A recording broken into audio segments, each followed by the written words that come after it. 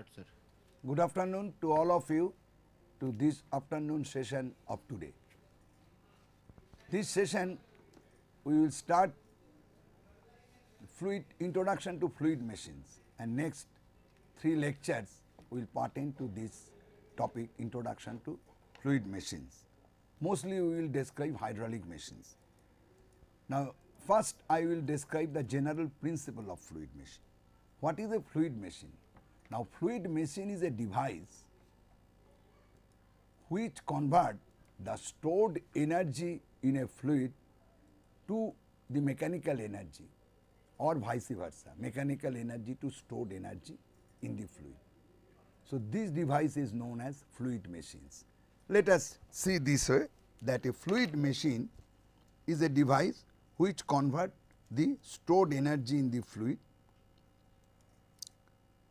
Now let us consider and vice versa, 2 types. Now first type I see that I write fluid machines where stored energy in the fluid is the input to the machine. Stored energy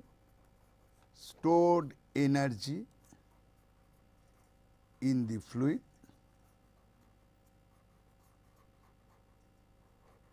and the conversion, by conversion we get, this is the input, stored energy in the fluid is being converted as an output, mechanical energy.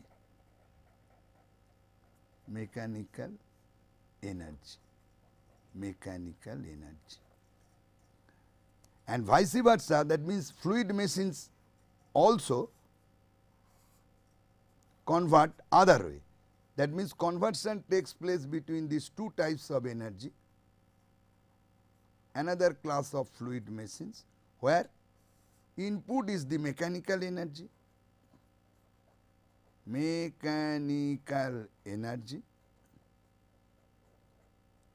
and output is the stored energy in the fluid. Now this class of machines, before telling that I tell you the stored energy in the fluid means all the energy contained in the fluid internally, that is internal energy of the fluid. This may be the kinetic energy of the fluid in terms of its velocity. This may be the pressure of the fluid, static pressure. That means high pressure of the fluid by virtue of which it has got the pressure energy, which we tell colloquially from it comes from the flow work, which may be intermolecular energy by virtue of its temperature, thermal energy. So a fluid can contain all these energy. Fluid with a high velocity stream has got kinetic energy. Because of its high pressure, it may got pressure energy, or flow work. Due to temperature, it has got high intermolecular energy, and also it may have got high potential energy. That is the fluid which is being stored at a great height from the sea level, which happens in case of hydraulic power station by the creation of dam which store water at a great height, so that we get the potential energy. So in any of this form or in all forms, the stored energy is obtained in the fluid, that is the stored energy. And mechanical energy which is obtained in one class of machine and which is given to other class of machine is actually in the form of the shaft work, by the rotation of a shaft, that is the shaft work. Okay. So therefore a fluid machine has got a rotating part, so that the interaction takes place through a shaft work form of mechanical energy. Now the fluid machines where stored energy in the fluid is converted to the mechanical energy in the form of shaft work by the rotation of a shaft. So therefore there will be rotating part in the fluid machines. This type of machines are known as turbines. And depending upon the type of fluid, it is called as whether it is water turbine with a adjective before that, when it handles water. If handle liquid, then it called the turbine handling the liquid, other liquid. In almost all purposes in hydraulic power station, most cases it handles water, so it is a water turbine. In case of steam, as you know, in thermal power plant the turbines operate where the operating fluid is steam, where we get mechanical power by virtue of the stored energy in the steam. This is known as steam turbine. When the fluid is gas, which is the mixture of air and the combustion products of the fuel, which becomes a fluid for developing power in such fluid machines, is known as gas turbines, which are also used for stationary power plant and also for aircraft engines, jet engines. These are gas turbines. Similarly, if air is used, these are air turbines. So, this type of fluid machines which develops mechanical energy in the form of shaft work from stored energy in the fluid is known as turbine. Depending upon the fluid, this is known as water turbine, steam turbine, gas turbine, air turbine. This type of fluid machines where mechanical energy in the form of shaft work is giving input to the fluid, and by virtue of this the fluid gains stored energy, is known as pumps, compressor, blower, fan. Now, pumps and compressor, the stored energy mostly in the form of high pressure and temperature. In pumps are those machines which handle liquid, for example water pump, as we know for domestic applications everywhere we put an water pump, and since it handles water, the increase in temperature is not much there. It is not manifested in terms of increase in temperature, only increase in pressure. Whereas in compressor, the machine which handles air as the working fluid is termed as compressor for this class of fluid machine, where that stored energy in the fluid is manifested in terms of rise in pressure and temperature. Blowers and fans are this category of fluid machines which handle air, but the stored energy in the fluid is gained in terms of its kinetic energy. That means high flow velocity, but a very low gain in static pressure. So, these are the broad definitions of the broad classifications of the fluid machines along with its general definition. Now, before I go to the next, I tell you that in fluid machines are of two types.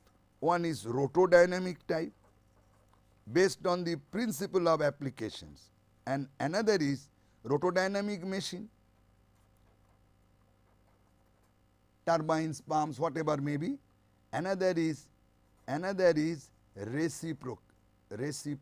reciprocating, not reciprocating, rather it is a typical positive displacement type, positive displacement machine.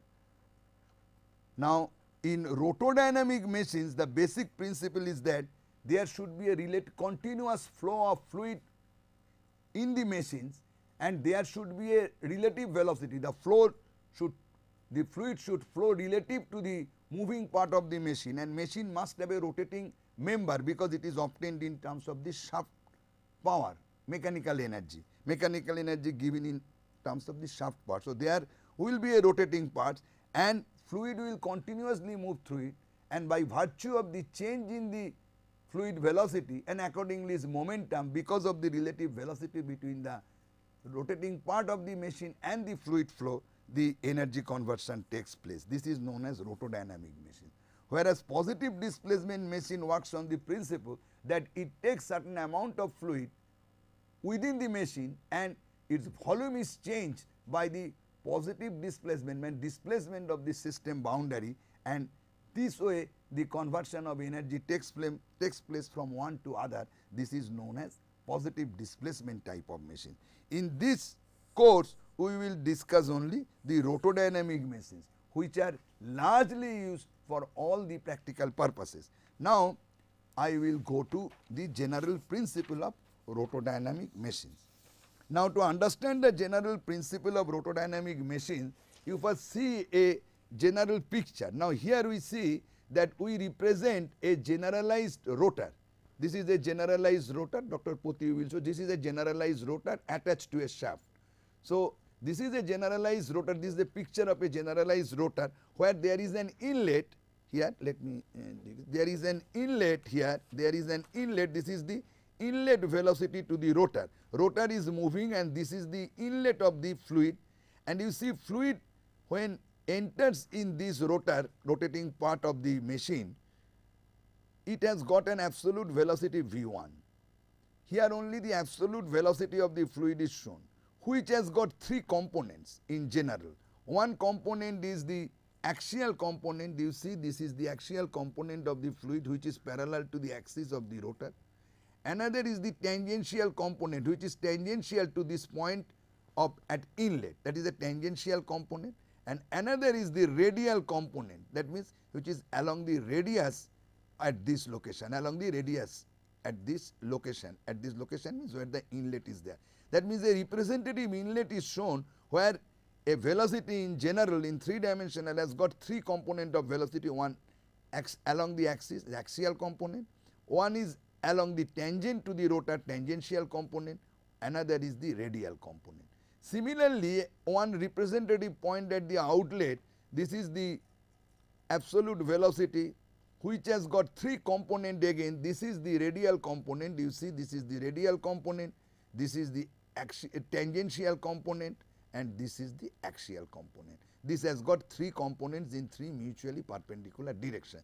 This is the schematic diagram of a generalized rotor in a fluid machine. Now you see what happens physically.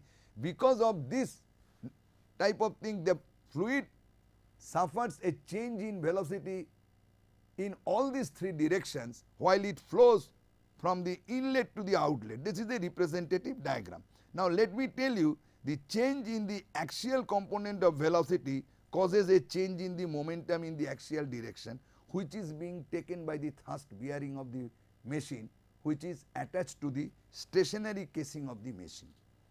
A machine consists of stationary casing and a rotating part that I will describe afterwards when I will discuss particular machines. Similarly, the change in the radial component of velocity, this one radial, this one, causes a change in the radial momentum or momentum in the radial directions that is taken by the journal bearing of these machines. Whereas the change in the tangential component of the velocity in this rotating member is responsible for the change in the angular momentum, that means the moment of the tangential momentum, which already we found or we studied when we discussed this change conservation of angular momentum principle. So this is because of this change in the tangential momentum, because of the change in the momentum, because the tangential momentum is changed, and at the same time the radius vector, the inlet and outlet change, which creates or causes a change in the moment of the momentum or angular momentum, which is responsible for the rotation of this rotor, and we get the mechanical power. Or other way, when the mechanical power is given, we get the energy gained by the fluid. So therefore it is the change in the tangential momentum which through its moment about the axis of rotation gives rise to a rate of change of angular momentum, and that is related to the moment or torque applied to the machine, and that is the basic principle of a rotodynamic machines, that it is because of the rate of change of angular momentum of the fluid which passes through the rotors gives rise to the torque, and this torque associated with the angular velocity against an external resistance develop power, and vice versa. Okay. So with this principle in background, let me now write this, or before that another thing, just 1 minute. Now before I go to develop any equation, just for our simple understanding, you take this thing. This is very, very important for your concept at this moment, because you may be confused afterwards that what exactly we are doing. This is a very simple case. What is the analysis here? First of all, try to understand. Here we are defining all the velocity components at inlet and all the velocity components at outlet, not at the representative point, at all points. That means first assumption is that we consider the flow velocities is uniform along the periphery, which is not at all true. When the flow takes place in this way, there are number of blades there. Actually what happens in actual fluid machines, that in a disc type of this rotor, number of blades are attached or mounted on it. So therefore when it passes through the blade passages, there is a non-uniformity of flow velocity. So when it is diagrammatically represented by a rotor like this, so there will be a variation of flow velocities along the periphery of this. So this is not that symmetrical, but here for our understanding we make this simplistic assumption or simple case that the velocity is uniform along the periphery, so that at any point this representative velocity along with its components both at inlet and outlet is the representative velocity at inlet and outlet of the rotor. This is the first assumption. Second assumption is that flow is steady, and third one for our understanding is that we do not want to understand anything how it is changing, what is the flow structure within the machines. These are very tough things. This is usually taught at the higher level fluid machines part 2, theory of turbo machines. Here we consider this way, that as if this is prescribed, the things are prescribed like that, inlet velocity is given, and from a solution of fluid dynamics the outlet velocities are known, which is uniform throughout the periphery. That means at any representative location outlet velocity is the representative velocity of the fluid machine. That means when given the outlet velocity along with its components from the solution within the rotor, how can we explain the energy transfer and other quantities in fluid machines in respect of this parameter. So, therefore, we are not going to solve any fluid dynamics within the machine. So, this problem is posed like that. Already we are provided with the outlet velocity as an outcome of the fluid machine's rotor part from a given inlet velocity. If this you take it and with all these assumptions, now I can tell you that you do not have to write all this vector form of equation. Now, simply we can write, if m dot is the mass flow rate through the machine, m dot is the mass flow rate through the machine, since V now Vw2, that by this nomenclature is the tangential velocity at the outlet, tangential velocity at the outlet, and the radius at the outlet is r2. Tangential velocity at the inlet, this is the nomenclature with respect to this figure, and r1 is its radius vector, that is the radial location from the center. So, therefore, we can tell that the rate of efflux of the angular momentum or moment of the momentum is Vw2 r2 minus Vw1 r1. Now, here be careful, I am not using with any vector notation, I am simply using the scalar magnitude of the quantity, because the problem is posed like that. I am provided with the value of Vw2, I am provided with the value of r2, I am provided with the value of Vw1 r1, and they are uniform across the periphery. Simply I multiplied with the mass flow rate, which is steady. That means at steady state inlet and outlet mass flow rate is same. This can be represented as the rate of net rate of momentum efflux from the control volume. Control volume, again you show the figure.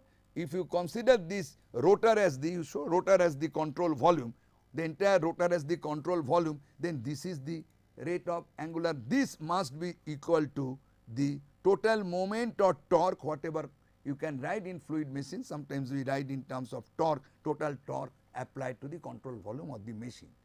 Now, if you consider the energy, then what is this is the torque applied to this. Now, energy, rate of energy, here it will come. If you multiply this with the angular velocity omega with which this rotor is moving, then what we get? M dot into Vw2 omega r2 minus Vw1 omega r1. That means this becomes equal to m dot. This omega r2 becomes the linear tangential velocity of the rotor at the outlet, and this becomes omega r1 is the linear tangential velocity of the rotor at the inlet. So, therefore, this quantity is nothing but the rate of change of energy of the fluid as it passes through the rotor, that means given by this expression. Now, you see here that if Vw2 u2 is more than, now again I am writing, before that I just write it in a different manner so that you can understand. Then EW, the rate of energy transfer, that can be written as m dot Vw2 u2 minus Vw1 u1. Now, if I divide it by E dot by m dot, we get it is equal to E by m, that is energy per unit mass is VW2 U2. So, therefore, in a steady flow always it is better to express everything per unit mass. This is the energy per unit mass. Energy per unit weight, if you write energy per unit weight E by mg, which is the head. Always now next onwards, we will be dealing with the head. So, this is the energy interaction between the rotor and the fluid. This is the head, energy per unit weight is given by this. Now, here you see completely we are doing with the scalar magnitudes. Now, here when VW2 U2 is greater than VW1 U1, this quantity is more, that the outlet, the momentum, tangential momentum is more than the inlet. So, this is positive, then this H is the H gained by the fluid.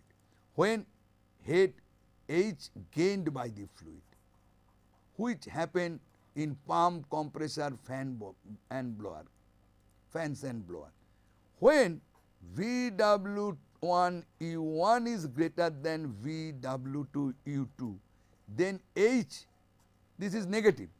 That means then H gain, sorry not gain, delivered by the fluid. That is the case of turbine. So, without giving any positive or negative sign, simply when we will deal with the turbine, we will then in case of turbine, H turbine, that is head developed by the turbine or given up by the fluid in terms of mechanical head from the fluid stored head, that is VW1 U1, and this will be always a positive quantity because this energy is a scalar quantity, energy per unit weight. Similarly, H for pump, compressor, G, sorry, by G, because here also by G, I am sorry, very good. So, this is for compressor. So, head developed by pump or compressor will be just the reverse, that means this minus this. So, therefore, this is the equation developed from conservation of angular momentum or moment of tangential momentum, and these two equations are known as Euler's equation relating to fluid machines. It is not the Euler's equation in fluid mechanics which leads to the Bernoulli's equation, that is the equation of motion. Euler's equation is equation of motion for an inviscid fluid, conservation of linear momentum for an inviscid fluid, which was done earlier, but this is Euler's equation relating to fluid machines. Okay. So, this is the head developed by the turbine, this is the head developed, sorry, head given up by the turbine, this is the head energy per unit weight developed by the turbine. Now, next I will show you very important thing, that how this term, this or this, same thing with a change in the sign. So, these two things can be splitted up into different component of velocity. So, this is very important. Now, here I will first draw a representative velocity, a representative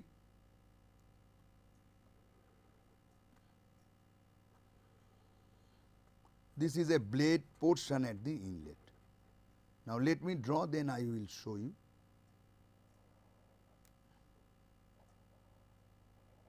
This is a out, that means here for our understanding what I am doing, I am just showing the inlet part and outlet part of a blade. I tell you again that in actual machines, in a rotating disc or rotating drum, the number of blades are mounted and fluid flows through the blade passages. So, such a blade I am showing the inlet and outlet part for your understanding. So, within that there is a broken line, that means I am not interested with that, and this blade is moving with an angular velocity of the rotor. Let us consider this is moving in this direction, angular velocity of the rotor. Now, you have to understand one thing, when the fluid will approach here at the inlet, this is, let us consider this at the inlet, this as the outlet, does not matter. This outlet, this inlet, it may change, here it can be inlet at this radial location, this outlet at the, we are representing one radial location as inlet, here it is at outlet. Now, whether at inlet and outlet, let us first find that when inlet the fluid velocity strikes a blade, the basic requirement is that the blade is rotating, fluid is coming to some velocity. So, fluid must properly glide the blade. It should not impinge the blade obliquely. This will create more loss, which means the fluid velocity relative to the blade should be along the direction of the blade, and it should be throughout the blade passage, that the fluid close near vicinity to the blade will flow along the blade in a way that its direction, that the velocity direction will be along the angle of the blades. Blade angle may vary with different radius, and similarly at the outlet here also the fluid must go out in a way that its velocity relative to the blade should match with the blade. So, therefore, the blade angle and the velocity angle of the relative velocity should be equal. That means, fluid relative to the blade must glide along the blade or vein.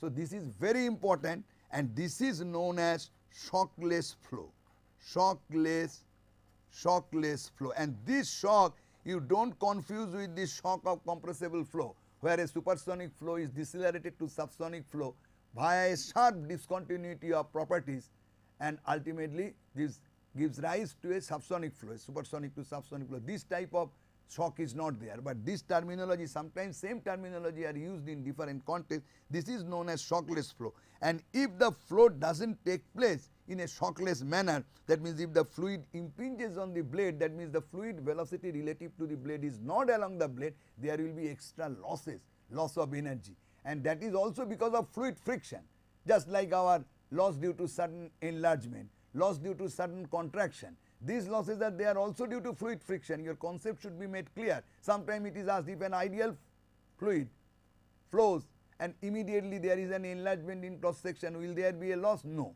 because the formation of eddies and separation, all these things are associated with the viscous flow. Here also it is because of that, but the flow should be shockless. Now, so therefore, the relative velocity will be along this. Now, you see that generally the relative velocity is the absolute velocity minus the blade velocity. So, therefore, at inlet relative velocity is equal to inlet absolute velocity minus u1. Similarly, at the outlet the relative velocity must be equal to the absolute velocity minus u2. Okay. So, this is the velocity, that is the definition of the relative velocity. We can write in the vector from the vector subtraction of this, or Vr1 plus u1 is v1, Vr2 plus u2. So, this can be represented, this vector equation in terms of the relative velocity is the absolute velocity minus the velocity with respect to which the relative velocity is defined, can be expressed in a triangular fashion like this, that this is Vr1, this is u1 and this is v1. You see, v1 minus Vr1, Vr1 is v1 minus u1, or u1 plus Vr1 is v1. Similarly, you can construct this thing here also. Here u is this is the Vr, this is along the blade. So, this is similar way Vr2, similarly this is u2, similarly this is v2. So, you have to understand that. This is the inlet and outlet velocity triangle. This angle, that is the angle of the relative velocity with the tangential, this is the tangential direction along which the u component velocity was. This angle is represented as beta, that is at inlet 1 and outlet is represented at 2, beta 1. This angle, that is the angle of the absolute velocity with the tangential direction, this is by convention is represented by alpha, and it is alpha 1. Similarly, at the outlet this is beta 2, this angle, and similarly this angle is alpha 2. Okay. Now, I write the diagram again. First of all, I write the inlet diagram. Here again for your understanding. This is the inlet diagram. This is the inlet diagram. That means this is u1, that is the tangential direction. This is the relative velocity, velocity relative to the blade or vane at the inlet, and this is the absolute velocity. This is alpha 1, that means this is the angle which the absolute velocity makes with the relative velocity, with the tangential direction, and this is beta 1, that is the relative velocity makes with the tangential direction, and this angle is equal to the angle of the blade at the inlet. Angle of the blade means the angle of the tangent to the blade at inlet with its tangential direction depending upon the motion. Okay. So, this is all right, and this component of velocity, that is the radial component of velocity, that is known as flow velocity Vf, and at the inlet it is Vf1. Well, now here one thing I must tell you, that when I draw this figure, I draw in a plane radial and tangential plane. That means in this case we assume that the axial direction flow is negligible. Flow takes place mainly in the radial and tangential direction, so that we can take this two-dimensional figure. That is, for a radial, and most of the machines the flow is in the radial and tangential plane. That means the velocity components mostly in the radial and tangential direction, not in the axial direction. Now I write this outlet 1, this is the outlet. So, this is VR2, this is U2, this is V2, and this angle is beta 2 and this angle is alpha 2. Now, you see this component, this is the projection, that means the component of V1 absolute velocity in the tangential direction, this one, if you remember, this is our VW1, whereas this length is U. Similarly, this one here, if this projection I make, this component is the radial component, that is known as flow velocity Vf, Vf2, and this is the component of the absolute velocity in the tangential direction, this is my VW2, and this is U2, this is U2. Similarly, this is U1, this length is U1. So, from this vector triangle diagram, which is known as velocity triangle, I can write one equation. What is that equation? From this triangle, this is an acute angle, we can write V, this is a theorem which is well known, VR1 square, the square of this side equals to square of this side plus square of this side. That means square of U1 square this side plus square of this side plus V1 square minus 2 times this U1 into, this can be proved from trigonometry and geometrical relations, that V1 cos alpha. This is alpha, V1 in this case cos alpha 1. Similar is the case for the outlet triangle VR2 square, that means square of this is square of this plus square of this, that is square of this plus square of this minus 2 U2 into V2 cos alpha,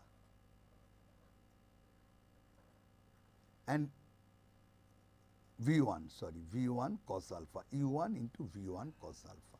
Now, this can be written as, this V1 cos alpha is VW1 and V2 cos alpha 2, sorry, V2 cos alpha 2 is UW2. V1 cos alpha 1 is VW1, V2 cos alpha 2 is VW2. So, therefore, one can write, what one can write? One can write that VR1 square is U1 square plus V1 square minus twice U1 VW1. Similarly, VR2 square is U2 square plus V2 square minus twice U2 VW2. Now, let us write what is VW1 U1. Then VW1 U1 is equal to VR1 square, sorry, I am sorry, that is equal to V1 square plus U1 square minus VR1 square from here, and VW2 U2 is equal to V2 square plus U2 square minus twice, sorry, I have done some mistake, U1 VW1. Oh, sorry, this is U2 VW2, okay, this is okay. VW2 U2 is V2 square minus VR2 square, okay. So, U1 V1 divided by 2, sorry, divided by 2. So, U1 V1 is VR1 square, U1 V1 square, U1 V1 square I am writing first plus U1 square minus VR1 square by 2. Similarly, U2 VW2 U2 is, this goes here. So, V2 square plus U2 square minus VR2 square. So, therefore, if I write this expression, now you see what happens 2 by G, then this can be written as V1 square minus V2 square by 2G plus U1 square minus U2 square by 2G plus VW1 U1 minus plus VR2 square minus VR1 square by 2G. Now, up to this what happens? I have done simple algebra from the geometric and trigonometric relations, no fluid mechanics concept. Now, I come to the fluid mechanics concept. Now, this is the, if I consider this is more than this, that means this is a positive quantity which represents the head developed by a turbine. That is the energy per unit weight which we get from the turbine because of the rate of change of angular momentum of the fluid flowing through it. Now, this can be decomposed into 3 distinct parts. Now, this part we well understand that this is the change in the kinetic energy. That means, in a turbine the inlet velocity V1 is very high, outlet velocity is low, V1 is greater than V2. That means, we can understand there is a release in kinetic energy which contributes to the energy delivered by the turbine, that we understand. This is because of its change in the absolute velocity and its kinetic energy, because the inlet velocity is high, outlet velocity is low in case of a turbine. Now, these two terms I understand only by the velocity term. That means, this is the blade velocity at the inlet, blade velocity at the outlet, and this is the relative velocity at the outlet and inlet. So, this also is definitely responsible for energy developed by the turbine. How is it manifested? By the fluid property. That means, it is related to what? This is related to the kinetic energy change manifested by the change in the absolute velocity. What is this? This is change in the relative velocity. Nothing much understand by telling it so, only the change in relative velocity. Similarly, this is the change in the peripheral velocity of the rotor when the fluid passes through it. This is at inlet and outlet. What does it? This actually changes in the static pressure, decreases the static pressure of the fluid, and static pressure energy is changed. So, that is why we tell that this is the dynamic head developed due to the change in the velocity, and this is the static head developed. Static head, that is the contribution, that means the decrease in the static head. This is decrease in the dynamic head, that is decrease in kinetic energy, and these two parts combinedly is manifested through a decrease in the static pressure of the fluid, by virtue of which we can tell there is a decrease in the pressure energy of the fluid. So, a combination of these two gives the total energy or head energy per unit weight by the turbine. Now, this I tell you, but how to understand this? Let us understand that how these two terms are related to the change in the static pressure of the fluid, so that some of these two terms we are telling as static head given up by the fluid. How? To understand this, let us consider a cylindrical, just for simply, a cylindrical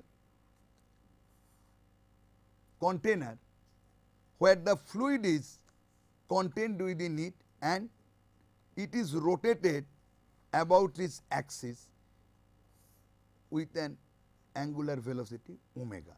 That means it is rotating like this. It is rotating like this about an axis perpendicular to this plane.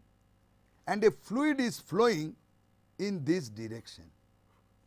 Fluid is flowing out in this direction. That means while the fluid is flowing out in this direction, let this direction is the radial directions r, and let this radius is r2 from the point of rotation, and let this radius is r1 at the inlet from the point of rotation about the axis perpendicular to this plane of the figure. Now try to understand when this happens, what is that? The fluid is flowing in a radial direction and the container, that means there is a rotating field also, the container is rotating with a velocity omega. As you know that here if we take a small cylindrical element of length dr or height dr, whatever you call, and if the cross sectional area of this is dA, this cylindrical part, now because of this rotation there is a pressure gradient created in the radial direction, it has to be, because this pressure gradient makes the balance between the centrifugal force of the fluid element and the pressure force. You see that we accept a pressure gradient is there, and we already know this thing, we have already read the pressure at a higher radial location is more than at a lower radial location. So therefore, if you take an element here, you draw it in a much bigger way, that this is the element here. So the pressure acting here is P, let this is dr, and the pressure here is P plus, let us consider this as dP, small change. So therefore what happens, if the cross sectional area is dA, now we can write the net pressure force acting in a radial inward direction is P plus dP into dA minus P into dA. So this is the net radial force acting in the fluid element, radial inward, and it is necessary.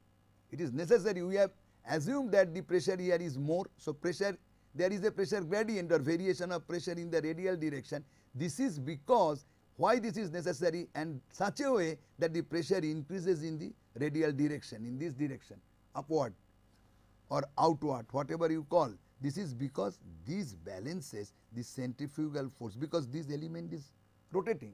So there is a centrifugal force acting on the element, which is equal to mass of the element times the tangential velocity omega square r square, let r is the instantaneous radius where the element is defined, divided by, that is the v theta square by r.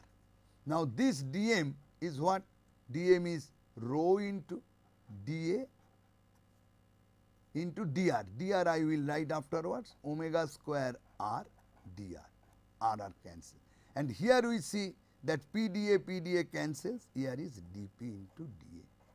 So therefore dA cancels. So we get dP by rho is omega square r dr. This is the thing which we have already done in a tangential flow, that dP dr already you have done is rho v theta square by r. It is clearly because of the tangential velocity. That because of the tangential velocity we can make this force balance. We consider the radial velocity is uniform, so there is no change in the radial velocity in this direction. So therefore there is no other forces acting, only these inward pressure forces, and that means because of this rotation there has to be an inward radial pressure force to balance the centrifugal force, and this is because of that there is a pressure field created in the radial direction. This is the concept. Now if you integrate this from 1 to 2, and if you take the fluid to be incompressible, then we can write P2 minus P1 by rho, that becomes equal to omega square r2 square minus omega square r1 square by 2, which is nothing but this u2 square minus u1 square by 2. Or other way we can write P1 minus P2 by rho is u1 square minus u2 square by 2. That means if a fluid particle goes from R1 to R2, it gains a pressure, P2 minus P1 is given. That means because of this, a change in the tangential velocity of this fluid body, it gets a increase, it has an increase in the pressure. Similarly, if it goes from this is equal to P2 minus P1, P1 minus P2, that means if 1 is here and 2 is here, so pressure is decreased.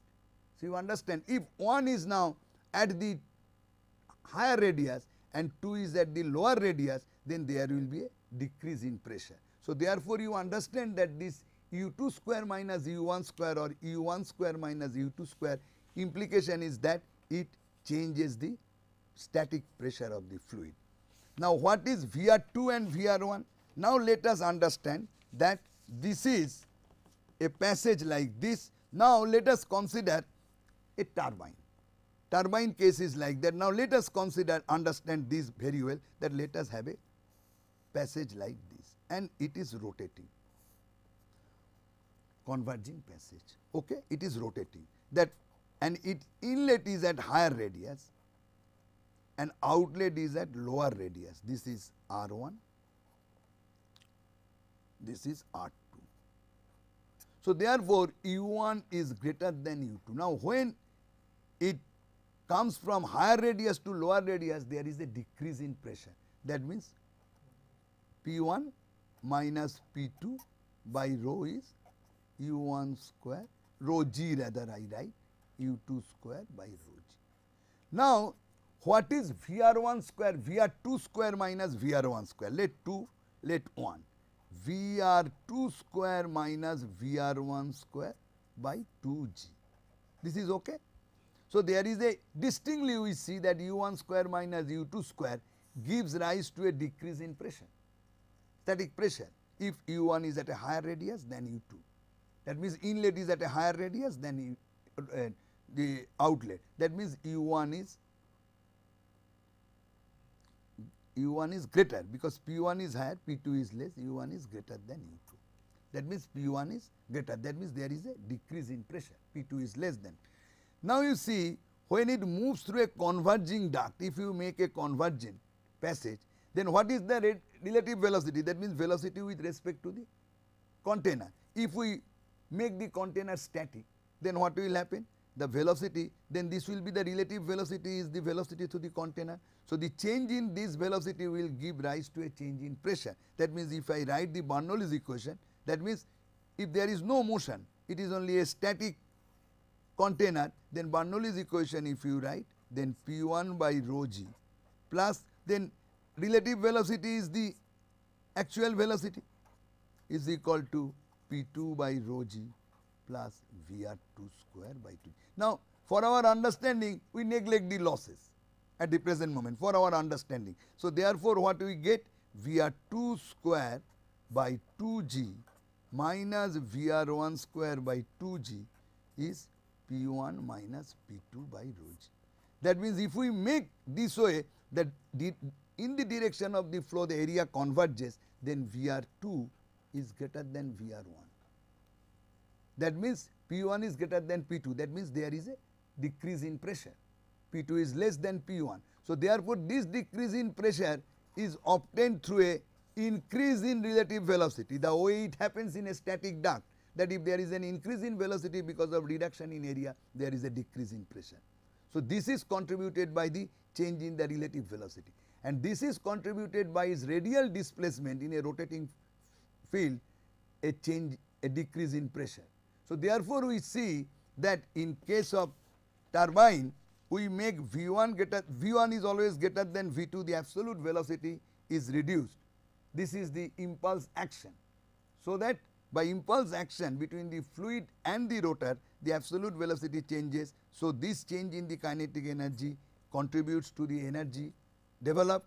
Now here in turbine we always make U1 more than U2. That means the inlet is at a higher radial location than the outlet. So this difference give a decrease in static pressure as we have already studied, and this is the change in the relative velocity. We always make the passage convergent in the direction of flow, so that the relative velocity to the outlet is more than relative velocity at the inlet, and this also gives rise to the static pressure loss. And in pump it is just the reverse, it is just the reverse, and we get again. So, for pump if we write,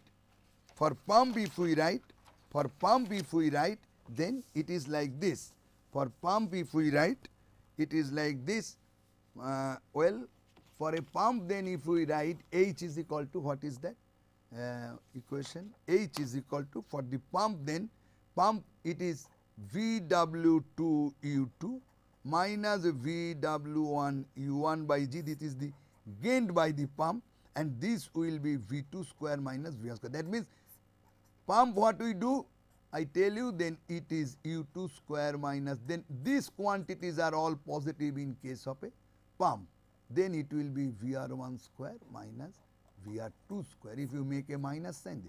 That means in pump what happens, the energy is given into the machine, so the fluid gains its absolute velocity. So, therefore, this is increase in kinetic energy. So, head gained by the pump is manifested through its increase in velocity, then increase in static pressure.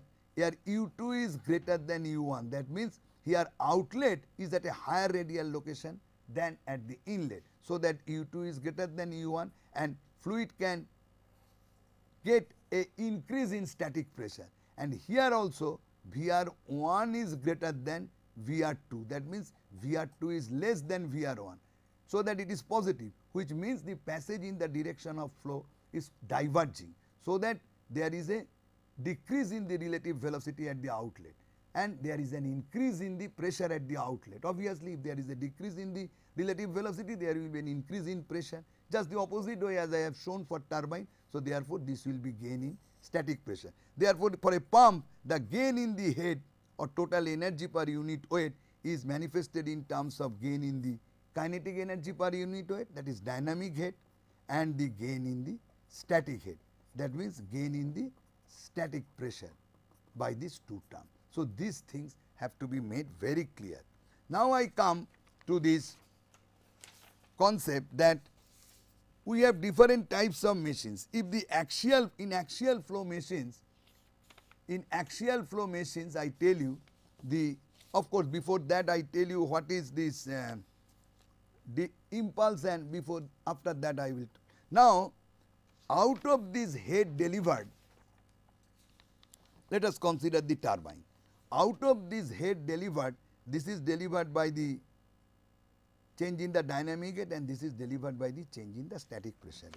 Now, based on that, we define the machine in two types by a parameter known as degree of reaction. Degree of reaction. Now, degree of reaction is defined by any notation. So, degree of reaction, let us define by omega. So, degree of reaction is defined by what? By the head delivered by virtue of the change in the static pressure head in the rotor to the total head delivered. Now, what happens, I tell you, in a machine is composed of both rotor and a stator. A rotor and a stator. Stator is the static part, stator, and the rotor. Now, the energy interaction takes place only in the rotor, not in the stator. Stator only convert the energy, but energy comes out from the rotor. The energy, for example, in the turbine, the head which is coming out, it is coming out from the rotor.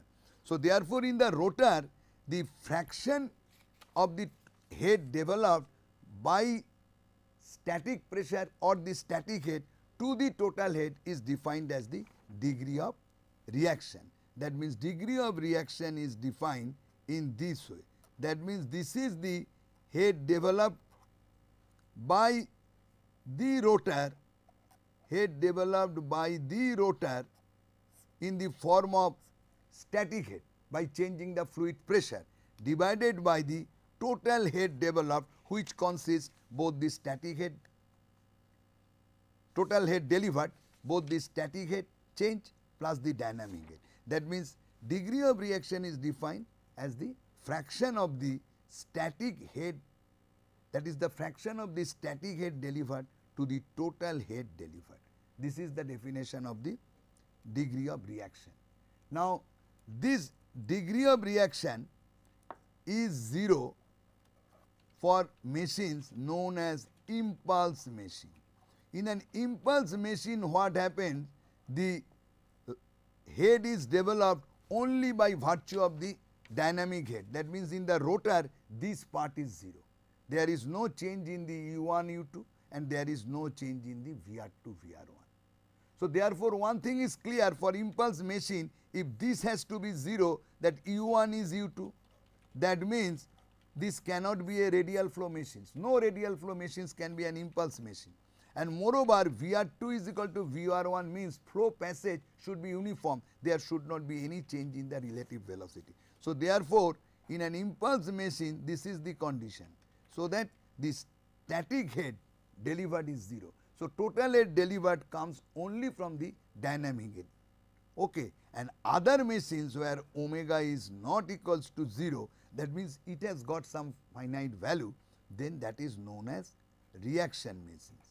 And reaction machines will vary with its degree of reaction, that means depending upon that what fraction of the total head delivered is delivered by the static pressure. Okay. That means it is a distribution between the static head developed and the dynamic head developed. And in case of pump compressor, it is just the reverse. Static head delivered and dynamic head delivered, it will be the static head developed and the dynamic head developed. I give you an example of, for your understanding, that what is that?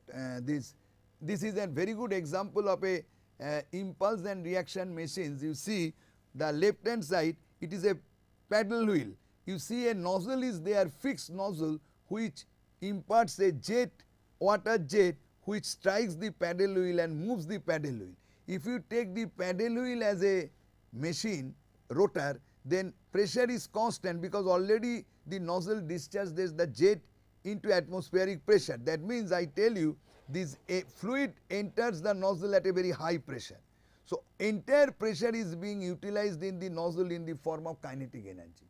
So, therefore, there is no scope of any change in pressure. So, it is by virtue of the impulse action, then the jet leaves this paddle wheel with a very low velocity and exchanges kinetic energy to give the motion of the paddle wheel and gets work. This is an example of an impulse machine. Whereas, you see a lawn sprinkler, when it rotates it develops mechanical power. But here the nozzles attached with the end of this arm, what they do? The pressure is very high when the liquid is supplied here, and this pressure remains almost constant here, only the pressure changes in the nozzle. So, therefore, while fluid flowing through the nozzle, its pressure is changing. So, therefore, since nozzle is a part of the rotating system, so it is considered to be a rotor, but here nozzle is fixed, this is stator. So, therefore, here the pressure is changing in the rotating element of this machine, that means in the rotor. So, this is a very good example of a reaction machine, that is the lawn sprinkler. Okay. Now, after this I will come to, please give me the next one. Now, I will come to the definitions of efficiencies of fluid machines. How do you define the efficiency? Okay. Efficiency of fluid machines is defined like that. First, you think of turbines. Now, if you write for the turbines efficiencies of fluid machines, turbines, if you split the losses, you take this way. First is the energy, fluid energy available or the input energy at rotor inlet, okay, rotor inlet. Then here we consider that we write the rotor loss. Rotor loss, I will explain that. Then mechanical energy delivered by the rotor, mechanical energy delivered by the rotor,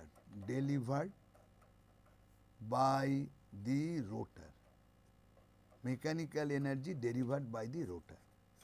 Then this goes to friction of the mechanical parts, friction of mechanical parts. I tell you, you write if you, and then we get the mechanical energy or mechanical power, mechanical energy or power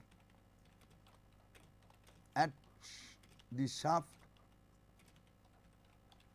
at coupling. That means that is the final point, shaft at coupling to the alternator. Now here you see the total energy available in the rotor and mechanical energy delivered by the rotor, there is a difference. This is less than this because of rotor losses. What are those losses? This is losses because of fluid viscosity, frictional losses. Sometimes we design the rotor so that at design condition the fluid goes shockless flow. That means the fluid glides over the blade. But off design condition there may be oblique impingement for which there will be shock losses. So different types of losses in the rotor because of fluid friction gives rise to a mechanical energy delivered by the rotor less than this. Similarly, this energy delivered by the rotor is again reduced because of the friction of mechanical parts and final energy output at the shaft at coupling. So based on this diagram we can define hydraulic efficiency, or sometimes it is known as blade efficiency. Now here you can ask me one question, sir, actual energy available inlet to the rotor, inlet to the machine is not at rotor but at stator preceding the rotor. But since the energy interaction takes place with the machines and the surrounding by the rotor, so we neglect the loss in the stator while fluid flowing through the stator, we neglect the energy loss. So only we consider that energy at inlet or available at the machine inlet is same as the fluid energy available at rotor inlet. So therefore this is the main inlet, the actual inlet to the machine, that means this is inlet to the rotor. So this is known as blade efficiency, hydraulic efficiency or blade efficiency. When we tell the blade efficiency of rotor, then even if there is a difference between this and the inlet energy in the stator does not matter, because we are considering the efficiency or effectiveness of the rotor. So this is equal to, now if this I call at 1, this I call at 2, again and again I cannot write, this will be 2 by 1. That means mechanical energy delivered by the rotor divided by this. Now if I write overall efficiency, so this will be 3 by 2. That means the mechanical energy power at the shaft coupling to the fluid energy available at the rotor link. The difference is that mechanical efficiency, which is equal to 3 by 2. Mechanical energy power at the shaft coupling to the mechanical energy delivered by the rotor. That means the overall efficiency is equal to eta hydraulic into eta mechanical. It is very simple, and it is just the reverse in case of a pump. Let me do another page. For a pump now, for a pump now for a pump now,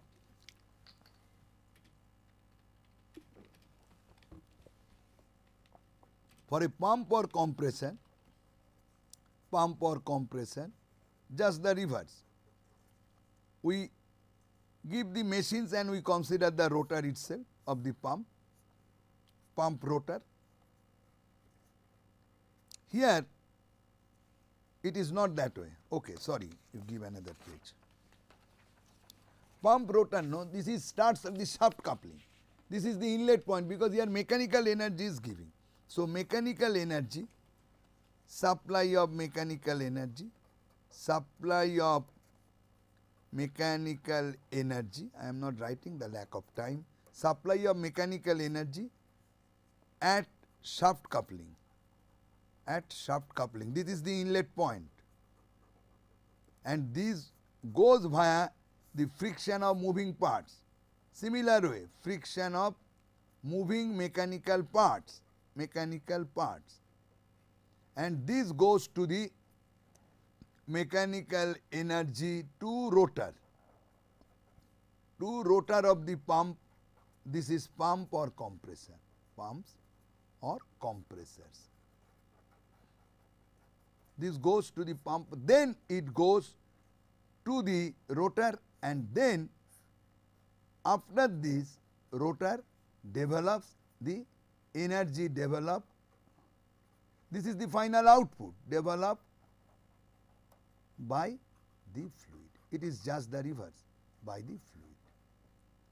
So, if I define it 1, define it 2 and define it 3, the hydraulic efficiency of the pump will be what? This energy developed by the fluid is the output divided by this. That means, all the mechanical energy input to the rotor cannot be used by the fluid in terms of its energy stored or energy developed, because of the losses in the rotor, because of the fluid friction. Similarly, the overall efficiency will be this 3 divided by 1, because 1 is the input at the inlet point, shaft coupling, and eta m will be 2 by 1. That means this by this. So that here also eta overall is eta hydraulic into eta mechanical. Okay. So, these are the definitions of efficiencies in turbo machines. Now, probably the dimensional analysis. Okay. Now, okay, anything else is there? No.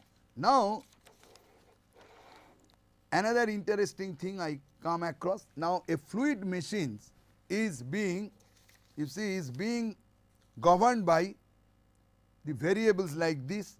D is any physical dimension of the machines, that machine diameter. Usually this is the diameter of the runner, some characteristic dimension of the machine, the volume flow rate, the rotational speed. Usually G is clubbed with the head, GH. Now this head is the head, GH is the energy per unit mass. It is either delivered in case of turbine or developed in case of pump. Then rho the density of the fluid, then mu the viscosity of the fluid, then the power that is transferred between the fluid and the rotor. In case of turbine it is transferred out, and in case of pump it is transferred into the fluid.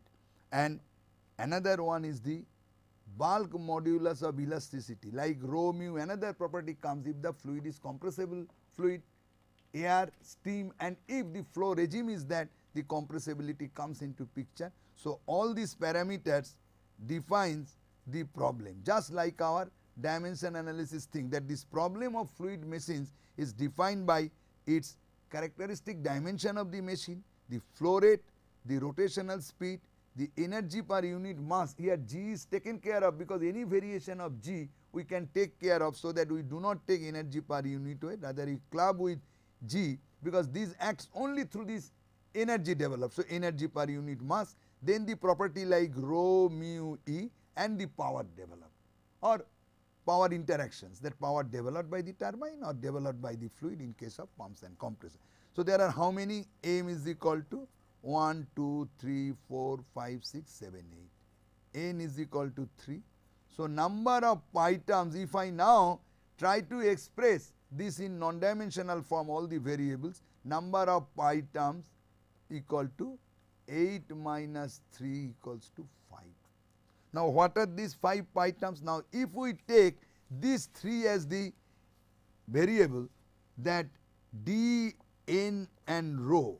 Now, I tell you here, which you can add to your lecture note on dimensional analysis, I told the rules of repeating variable, they collectively contain the fundamental dimensions, they should not contain the output parameter. Now, here another rule is that it is always better that repeating variable should contain one geometrical dimensions, one dimensions relating to one parameter relating to speed, another parameter relating to property of the fluid. So, if we choose d n rho as the repeating variable, this is your exercise you can do. By use of Buckingham's pi theorem, we can write the different pi term, 5 pi term. D n rho combines with q, gh, mu, rho e, gives different pi term like this, q by n dq, pi 2 is gh by, this is your exercise you do, following Buckingham's pi theorem, which I have told. Pi 3 is rho n d square by mu. Okay. Pi 5 is p by rho n cube d 5 and pi 4, sorry, pi 4 and pi 5 here I write, pi 5 here is E by rho n square d square. Now, all these things are dimensionless pi terms. So, these pi terms, pi 1 is known as, I just write pi 1 is known as q by n d cube is told as flow coefficient. These are the terminology, flow coefficient.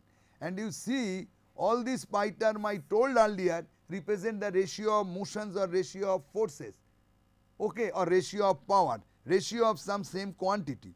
Now, q by n d cube you see represents n d, it is it can be written as n d and q by d square. Q by d square is a characteristic flow velocity, because flow rate divided by square of the dimension. That means it is proportional to characteristic flow velocity, and this is nothing but the rotor velocity u.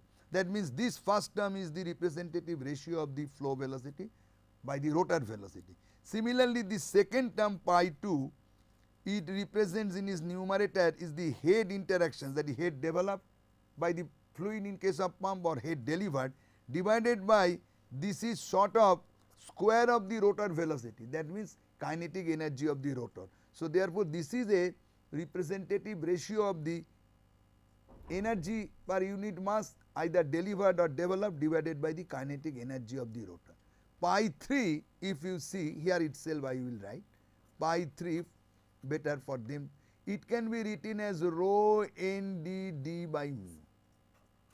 Now, this n d is the peripheral velocity of the rotor, that means it can be written as rho peripheral velocity, that means pi 3 is rho u d, that means it is a Reynolds number based on the peripheral velocity.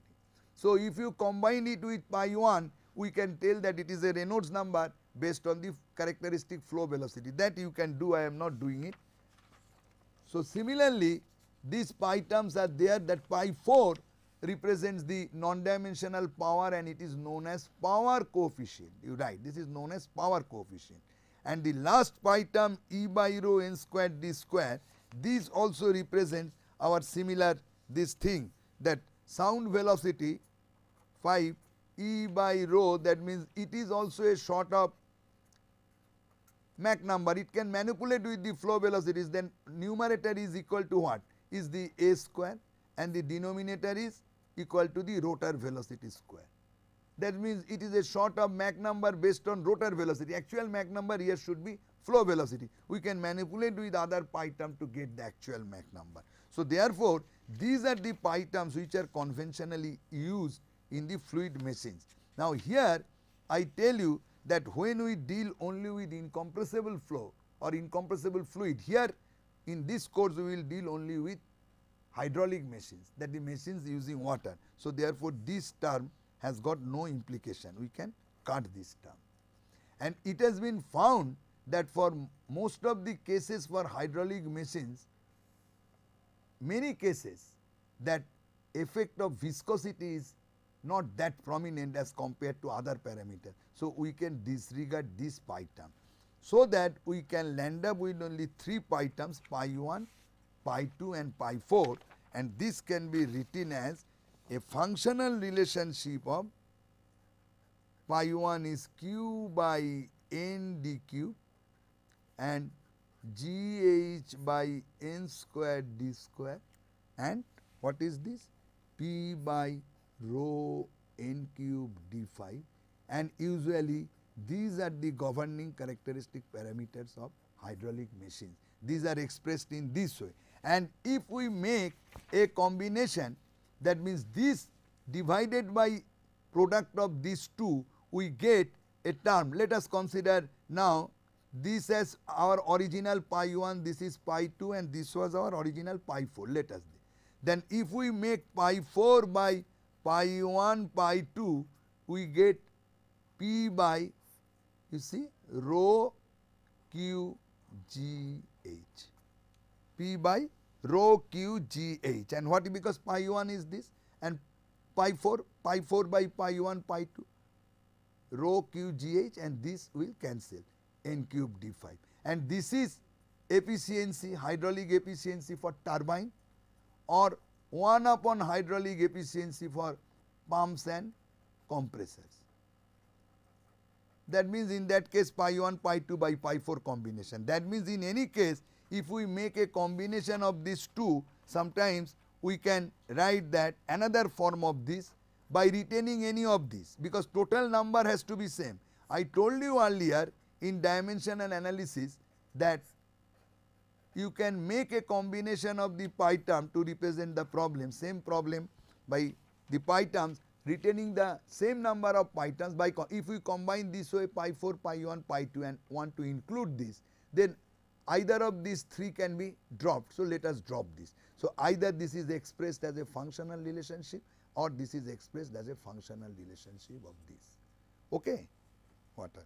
Now, all machines, fluid machines, are the performance of fluid machines are expressed by these relations and known as the characteristic relations of fluid machines. Now is very important thing.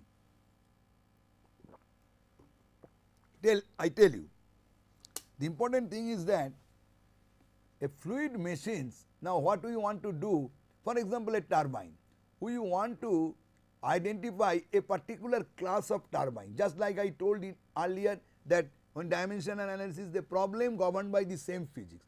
That means there is a class of turbines which are governed by the same principles of fluid machines. There is another class of turbine or another class of, similarly in case of pump, another class of turbines which is governed by the relatively different principles. Basic principle is the rate of change of angular momentum, but it is flow physics is little different. Flow physics means the flow configuration and other things are little different. This way we distinguish the type of the fluid machines, and we tell that fluid machines, for example impulse turbine and reaction turbine, just for an example. So, both of them are governed by the principle of angular rate of angular momentum change, all right. But if you see then reaction machines, the pressure changes, the static head changes in the rotor along with the change in the kinetic energy, that is the change in the absolute velocity, while in case of impulse machine it is not so. That means the pressure changes is not there, the what is called this only this kinetic energy change is there. So, impulse machine is a different kind of machines, reaction machines different kind of machine. So, therefore, we categorize the machines in different class, and that is known as machine of homologous series. And if the characteristic of the machine of a homologous series is expressed by this non-dimensional parameter, this or this, then this relationship for one machine of a homologous series will be satisfying the characteristics for other machines of the same homologous series, only varying by the geometrical dimensions. Okay, only varying by the geometrical dimension.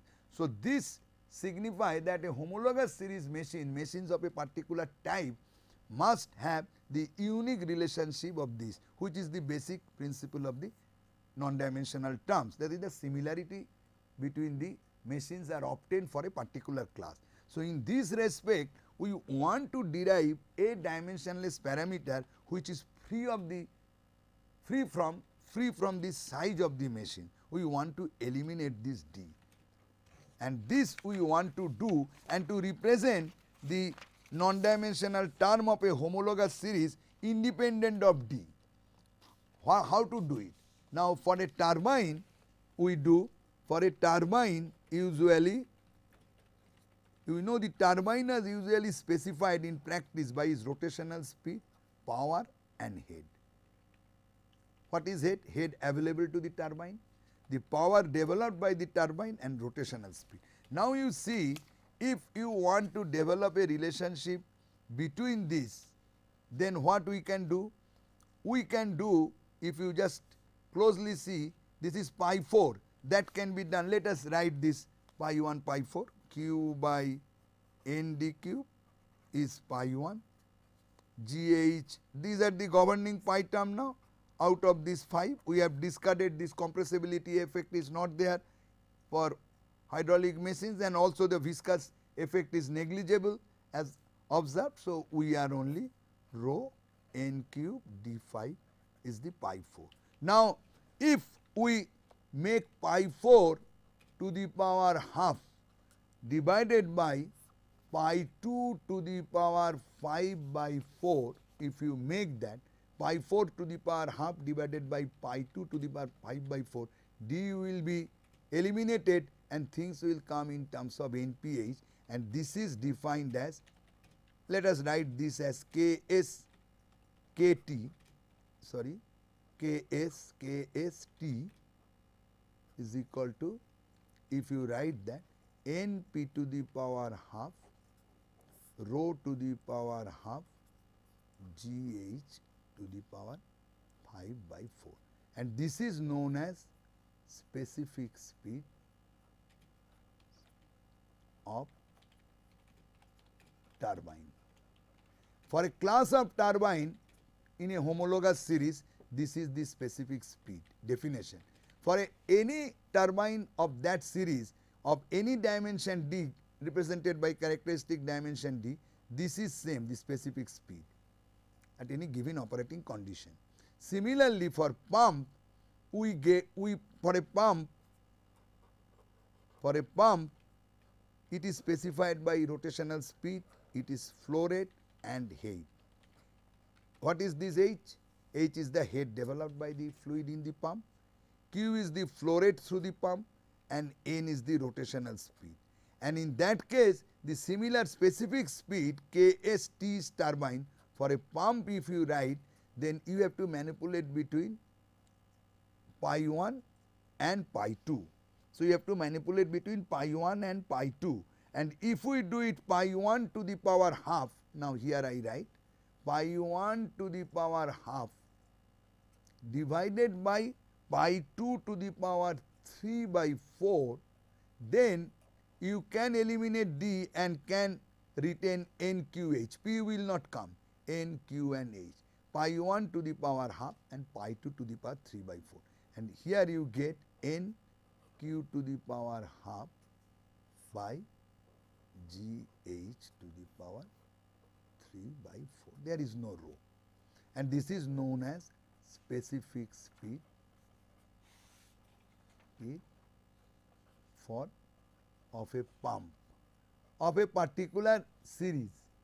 Now, in this specific speed definition, you see these are obtained from the pi terms, non-dimensional term. So, therefore, these are also non-dimensional. If you put the dimensions, this will be non-dimensional. All these are non-dimensional.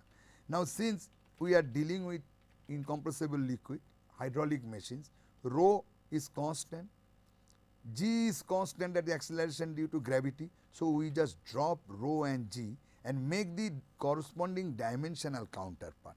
In that case, it will be little simpler. In that case, what will happen? In that case, we will write that NST, the specific speed per turbine, will be equal to, we will take more time, Np to the power half. If you just remove this rho and g, H to the power 5 by 4. This is defined as specific speed of the turbine, which is not non-dimensional, is a dimensional counterpart. This is for pump is N Q to the power half. That means what I am doing, you see that I am just dropping this rho and g from this. So, therefore, when I drop this, this term is dimensional. So, this is defined as dimensional, and actually this is defined now as specific speed for turbine, and this is defined as specific usually speed. In practice, these are defined as specific speed for pump or compressor. Now, here this is dimensionless, and this represents the similarity between the machines of different size but of a class, both for turbine and pump. But when we remove this, this becomes dimensional, but this does not violate the physical principle. That means, this combination represent the similarity, that means this combination is same for machines of different size but of a homologous series in case of turbine and this in case of a pump. And this dimensional specific speed is known as specific speed. So, therefore, this term when it is used, this is known as dimensionless specific speed or non-dimensional, whatever you call.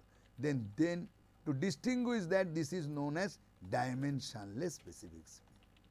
Okay, dimensionless specific speed. Now, there is a serious concept.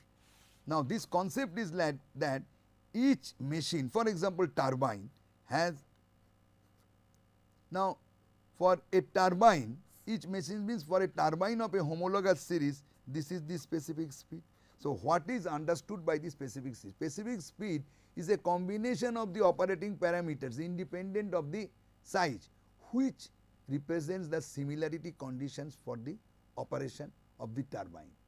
Now, this depending upon the specific speed, we choose a turbine. Just I give you an example. Now, for a class of turbine which is very important, and this is the things which are asked. Nobody will ask you to derive an equation, but this is the concept, this will be asked, that for example, if I write the specific speed for the turbine, that NST with, efficiency, hydraulic efficiency with NST of a class of turbine. So, an impulse turbine, I tell that for Pelton turbine. This is a type of turbine, you do not know what is it. Another turbine is, for example, Francis turbine. These are all different types of turbine. This is a class of turbine, is impulse turbine, this is reaction turbine.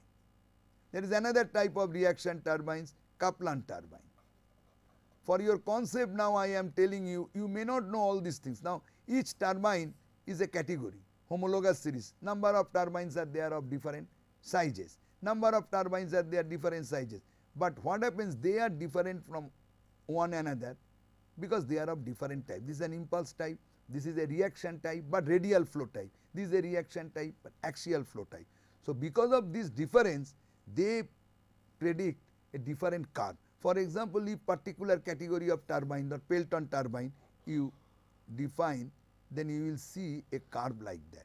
That means specifics, this has got this different specific speed, the efficiency is different. So, this is the specific speed at which its efficiency is maximum. Similarly, for Francis turbine, another turbine, class of turbine, I draw a graph and I see this efficiency is maximum at different values of specific speed.